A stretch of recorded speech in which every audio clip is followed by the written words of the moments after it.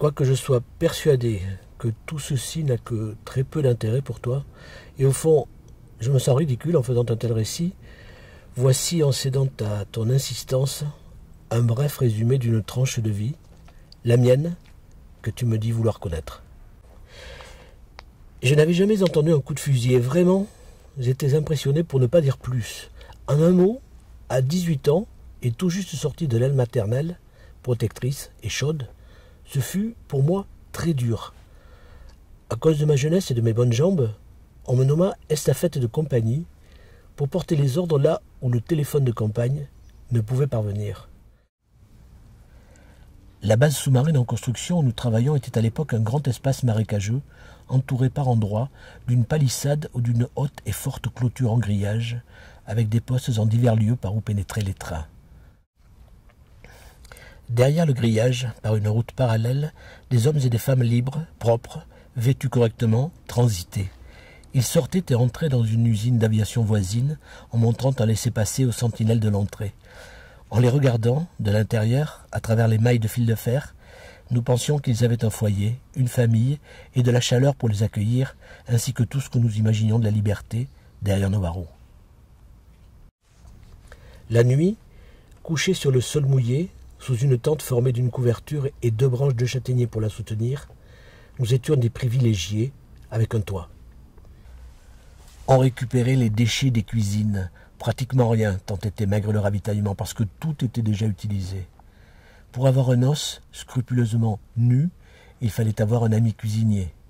Avec de tels matériaux, à force de patience et de temps, on fabriquait des bagues, des amulettes, jeux d'échecs et objets d'art, chaque fois plus parfaits, à mesure que des limes et outils entraient de l'extérieur en échange des premières pièces fabriquées à la pointe du couteau. On lia des amitiés, on forma des groupes artistiques très bons, qui donnaient au grand air des spectacles de qualité avec des moyens de fortune, où seule l'ingéniosité et le talent remplaçaient décors et instruments, et parmi les dizaines de milliers que nous étions, toutes sortes d'arts et de métiers commencèrent à fleurir. Je m'en allais chercher les amis et chacun raconta ce qu'il savait de cette nuit-là. Un Espagnol, un héros, disait-on alors, mais plutôt un insensé, s'était élancé pour prendre le canon placé sur pont. Il l'avait balayé, naturellement, en le criblant de balles. Bordeaux n'a jamais connu et ne connaîtra peut-être jamais d'hommage aussi grandiose que celui que la foule rendit à cette dernière victime. La population entière, en masse, alla l'accompagner au cimetière pour son dernier voyage. Une foule immense qui ne peut se réunir que dans les moments historiques où le peuple est soudé dans un seul et même élan. Une plaque est placée sur le mur de la maison devant laquelle il fut abattu. Dans le cimetière, j'ai cherché sa tombe lorsque je suis allé jusqu'à celle de ma mère, enterrée là-bas elle aussi, mais jamais je n'ai pu retrouver l'endroit oublié où il repose. La garde d'honneur était composée de francs-tireurs, dont des Espagnols. Lorsqu'ils lâchèrent les salves dans l'air, la foule, dans une minute de silence poignant, intense d'émotion, l'impressionnante masse humaine immobile, levant le bras en l'air, faisait avec 2 doigts le V de la victoire.